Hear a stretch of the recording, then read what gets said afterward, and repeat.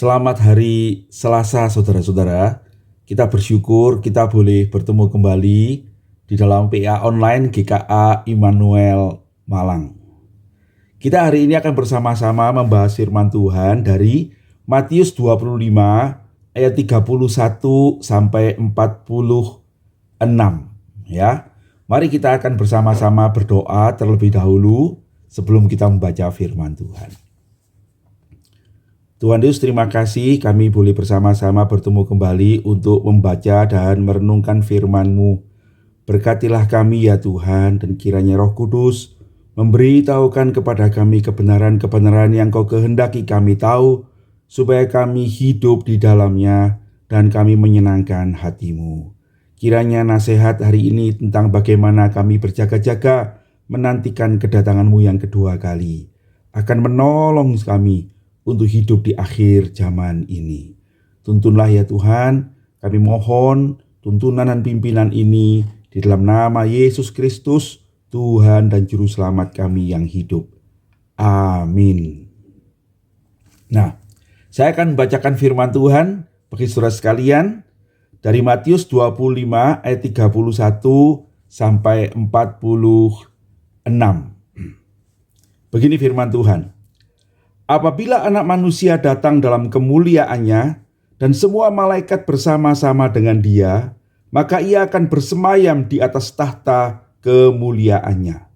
Lalu semua bangsa akan dikumpulkan di hadapannya, dan Ia akan memisahkan mereka seorang daripada seorang, sama seperti gembala memisahkan domba dari kambing.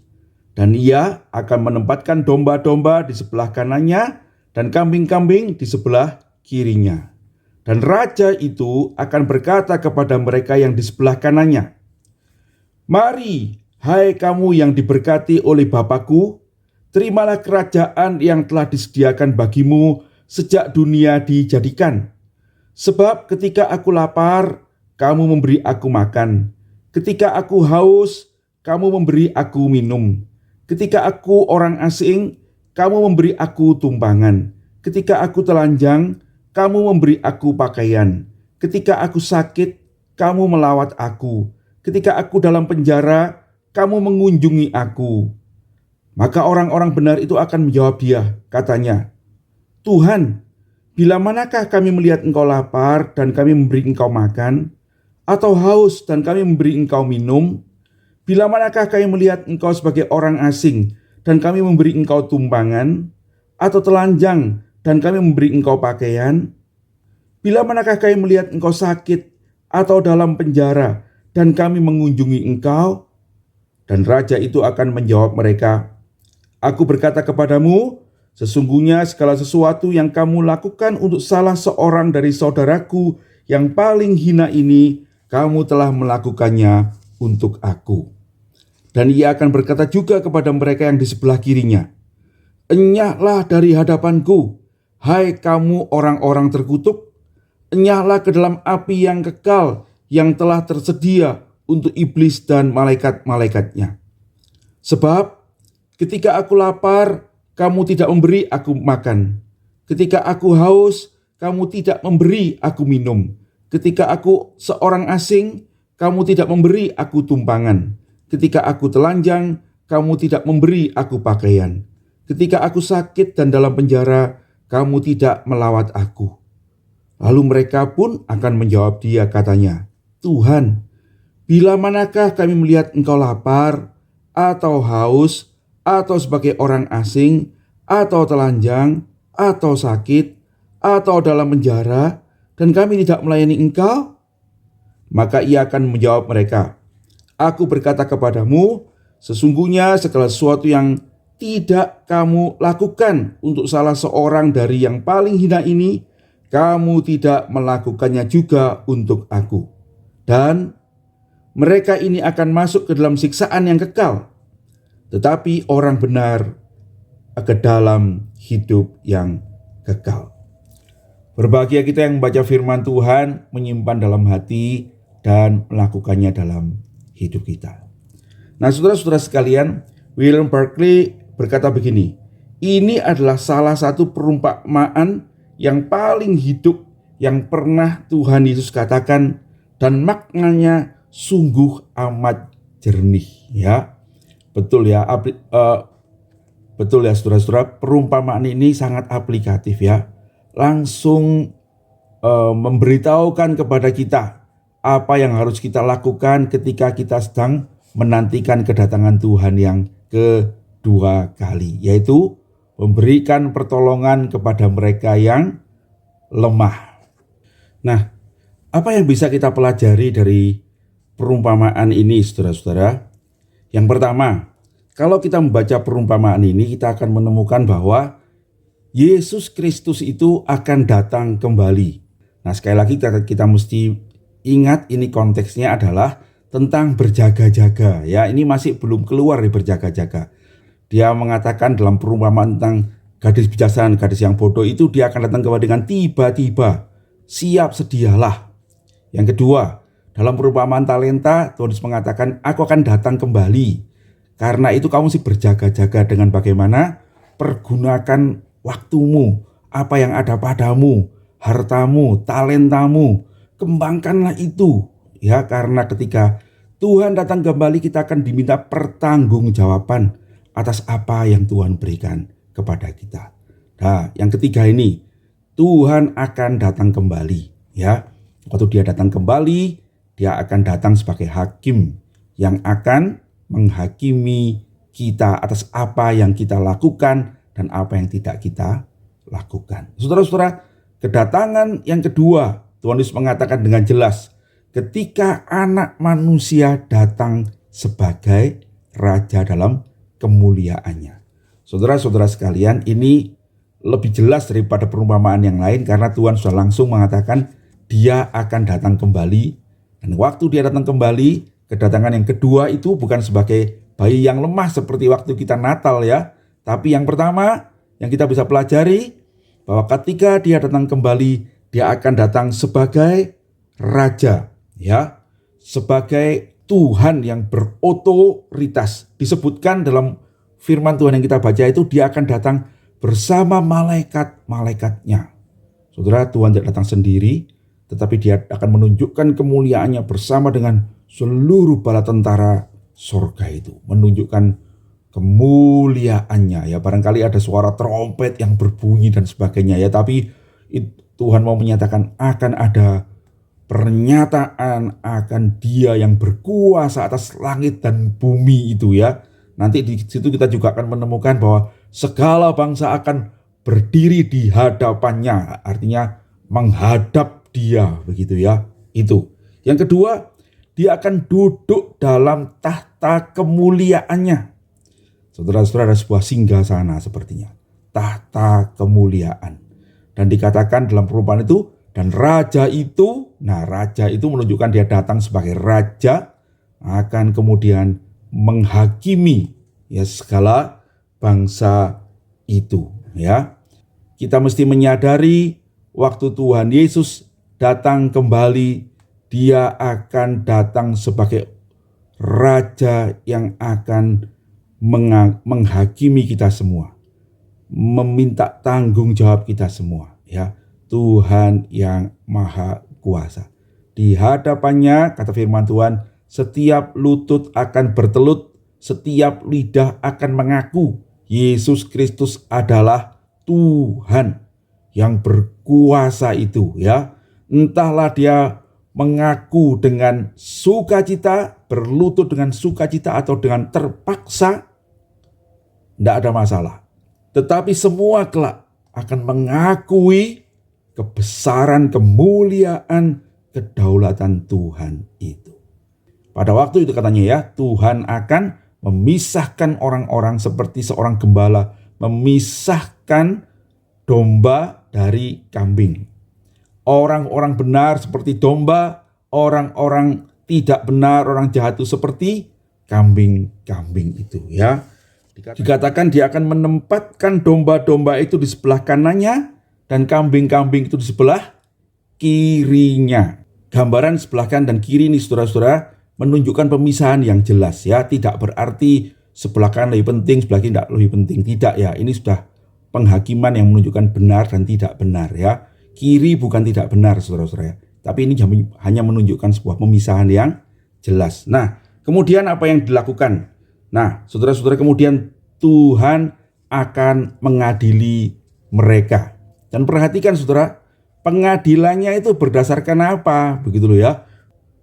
William Barclay mengatakan begini, saudara-saudara, penghakimannya itu tidak bergantung pada pengetahuan yang kita kumpulkan, atau kemasyuran yang telah kita raih, atau harta yang telah kita peroleh, melainkan pada pertolongan yang telah kita berikan. Menarik saudara-saudara, bahwa penghakiman itu bukan atas apa yang lain-lain, tetapi tentang bagaimana kita memakai hidup kita ini menjadi berkat bagi sesama, menolong orang lain, memberikan kebaikan, manfaat pada mereka yang lemah itu, ya.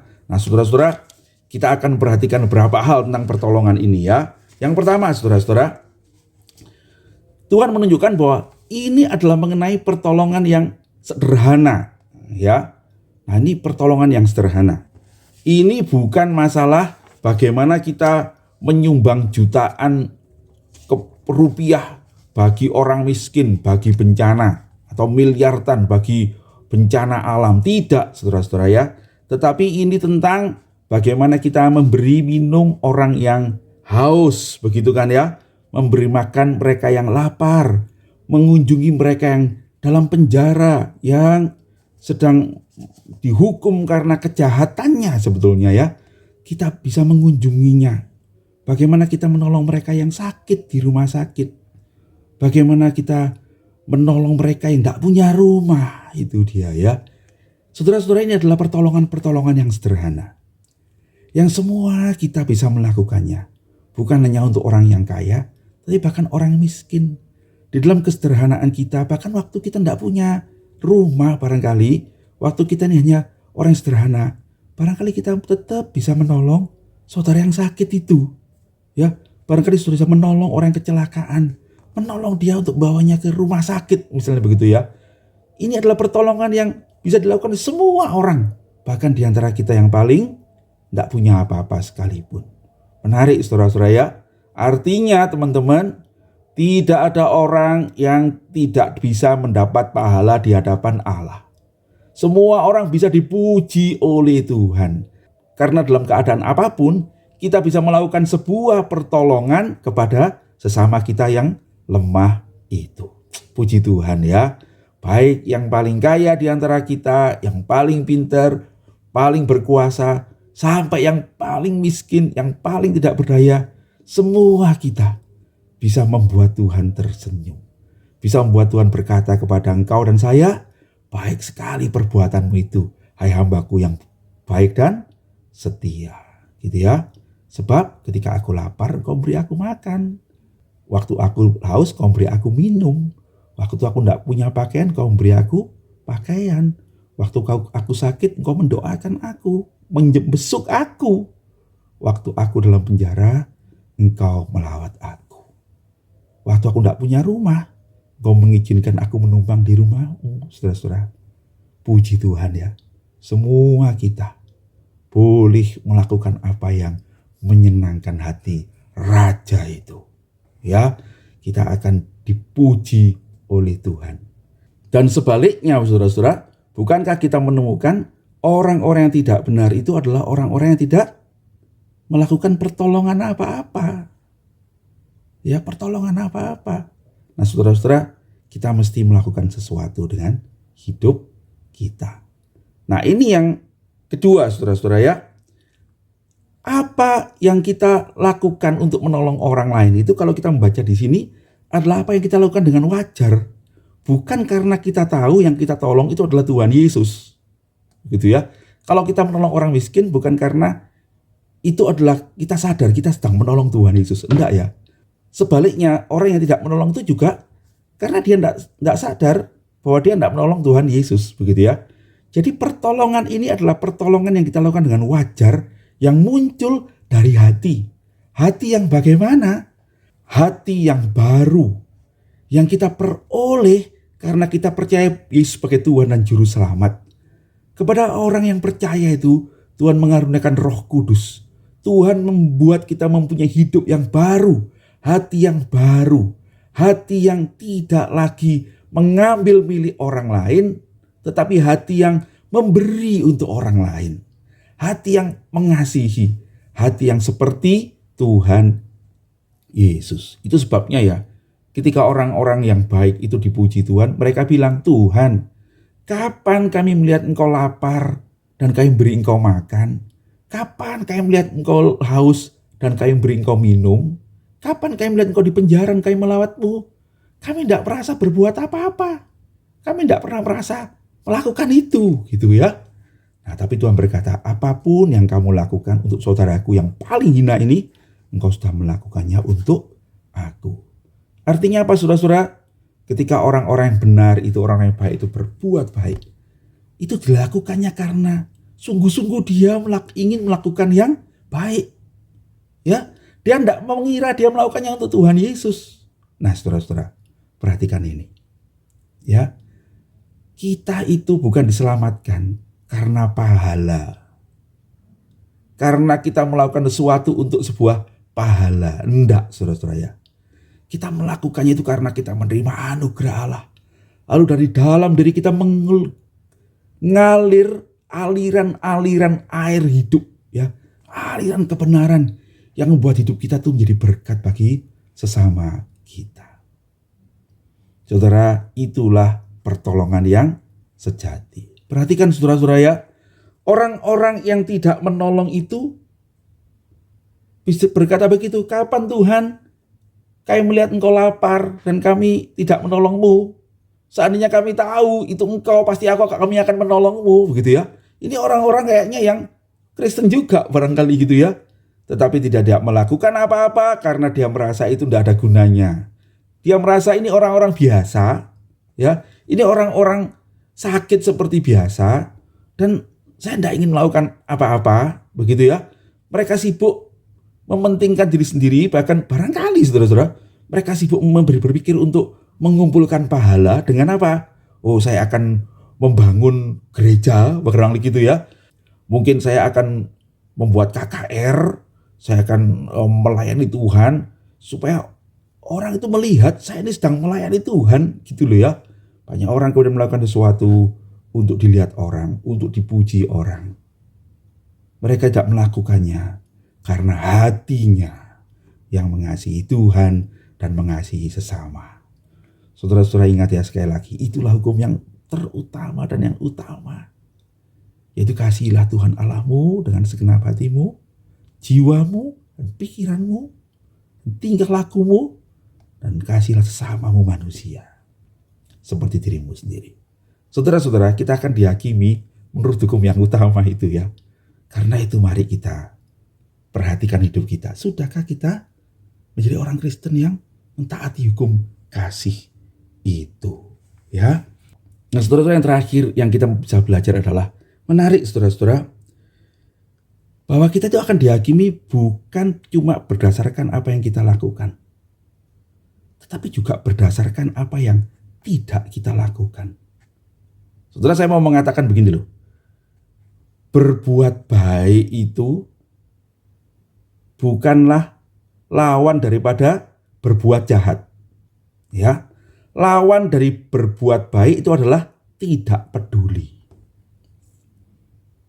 Kalau kita tidak melakukan apa yang jahat, tapi kita tidak berbuat apa-apa untuk menolong sesama kita, Tuhan mengatakan kamu adalah seperti orang-orang yang jahat. Kita akan termasuk pada orang-orang yang dikatakan masuk ke dalam siksaan yang kekal. Orang tidak percaya ini, saudara. Dengan kata lain apa, saudara-saudara?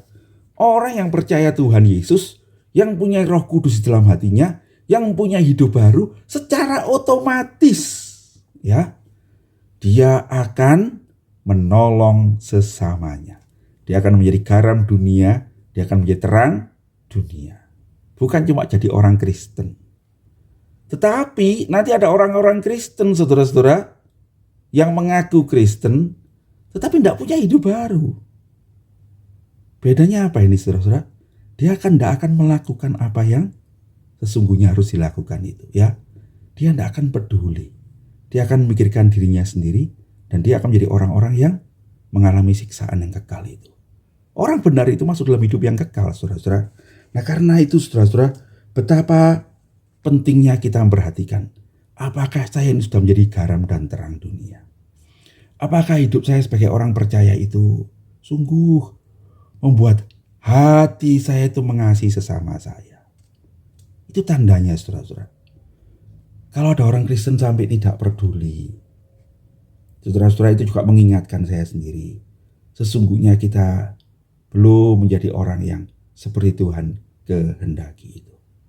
Ya, kalau kita tidak melakukan apa-apa terhadap pergumulan-pergumulan sesama kita belum menjadi orang-orang yang benar itu. Karena itu saya berdoa, saudara-saudara, dalam 40 tahun GKA Immanuel Malang, kita sebagai gereja pun memikirkan itu. Sudahkah gereja kita, GKA Immanuel ini, menjadi berkat? Bukan tempat kita cuma diberkati, tetapi tempat di mana kita bersama-sama bertumbuh menjadi berkat. Karena di dalam gereja ini kita menemukan Tuhan, Juru Selamat kita yang mengubah hati kita itu. Saudara-saudara sekalian, bukan itu sama dengan perumpamaan tentang talenta itu, bukan? Talenta yang dipendam itu bukan hilang loh, saudara-saudara, tapi tidak diapa-apain.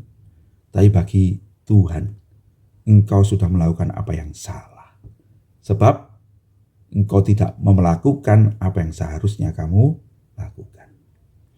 Saudara-saudara, biarlah ini menjadi berita buat kita, mengingatkan kita. Mari kita menantikan Tuhan dengan menjadi terang dan garam dunia, menolong mereka yang lemah. Dengan begitulah kita menolong Yesus Kristus Tuhan sendiri. Kita bukan cuma sekedar menolong sesama kita, tetapi kita itu menolong Tuhan yang mengasihi kita.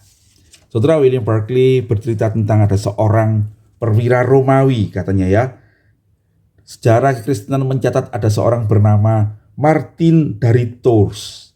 Ia adalah seorang serdadu Romawi dan kemudian dia bertobat menjadi orang Kristen.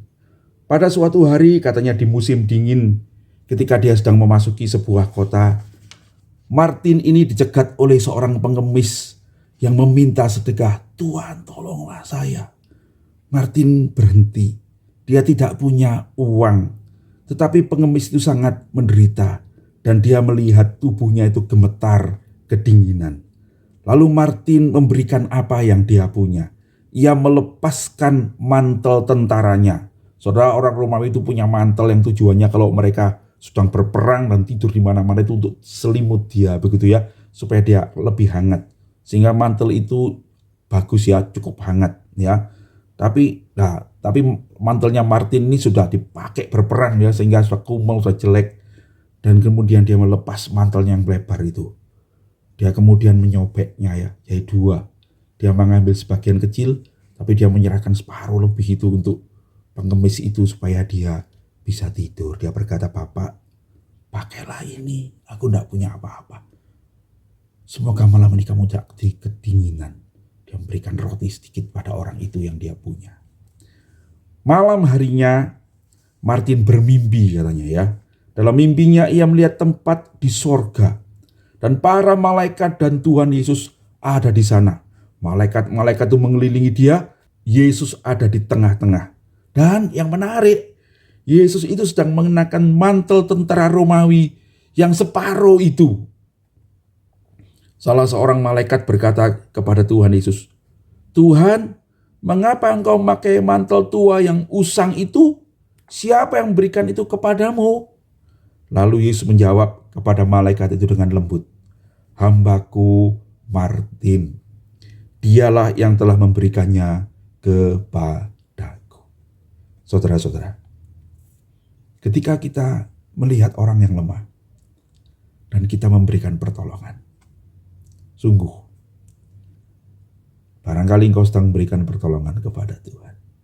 Saya tidak ingin ini menjadi motivasi kita untuk menolong orang lain ya saudara, untuk dapat pahala. Tidak. Tapi ingatlah, sebagai orang percaya, kita ini seharusnya punya hati yang seperti Tuhan itu. Menolong mereka yang lemah. Bukankah Tuhan yang mulia itu menolong kita orang berdosa yang lemah? yang mestinya binasa di dunia ini. Dia mengorbankan nyawanya di kayu salib.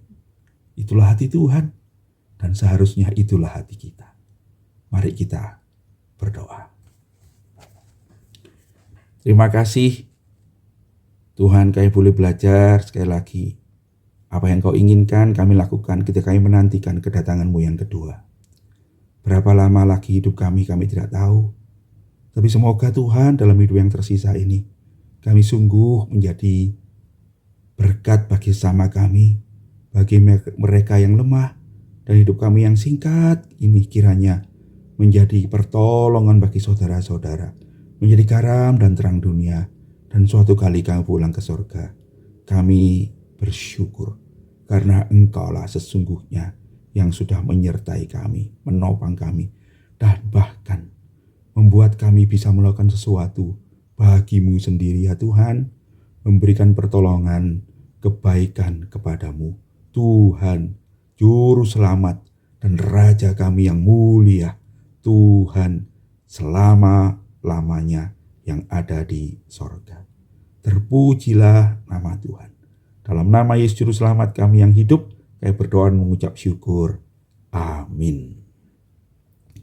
Demikian PA kita saudara-saudara. Kita bertemu lagi nanti sore. Kita boleh mendiskusikan bagian ini bersama-sama ya. Tuhan Yesus memberkati.